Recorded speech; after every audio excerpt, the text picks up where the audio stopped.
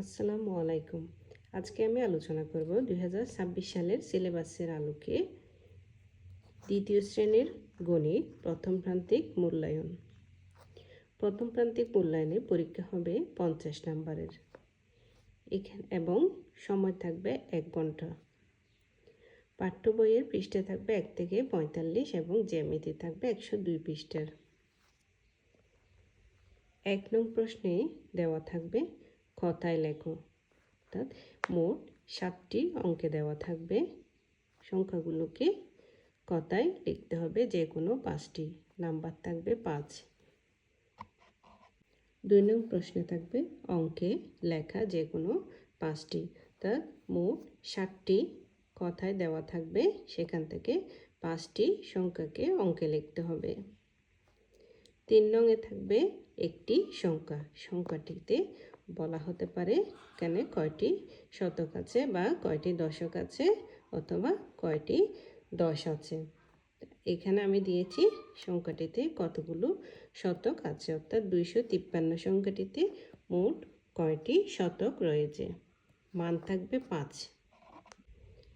4 নংয়ে থাকবে ছোট থেকে বড় ক্রমানুসারে সাজানো।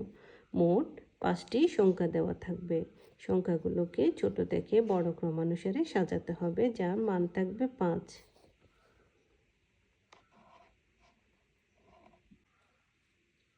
5 নংয়ে থাকবে কতগুলো সংখ্যা, সংখ্যাগুলোকে জোড় এবং বিজোড় আলাদা করে লিখতে হবে, যার মান থাকবে 5। 6 নংয়ে পরবর্তী সংখ্যা কি হবে তা লেখো।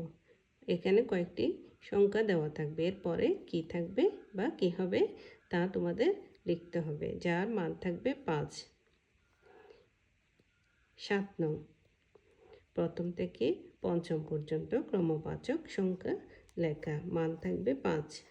8 নংয়ে একটি যোগ অঙ্ক থাকবে, যোগ অঙ্কটি করতে হবে, অঙ্কটির মান থাকবে 5। 9 নংয়ে যে কোনো একটি অঙ্কের সমাধান করতে হবে, অর্থাৎ 2টি অঙ্ক দেওয়া থাকবে, যে কোনো একটি অঙ্কের সমাধান করতে হবে, যার মান থাকবে 5। 10 নংয়ে থাকবে জ্যামিতি। মোট 5টি জ্যামিতিক আকৃতি দেওয়া থাকবে, আকৃতিগুলোর নাম লিখতে হবে, যার মান থাকবে 5।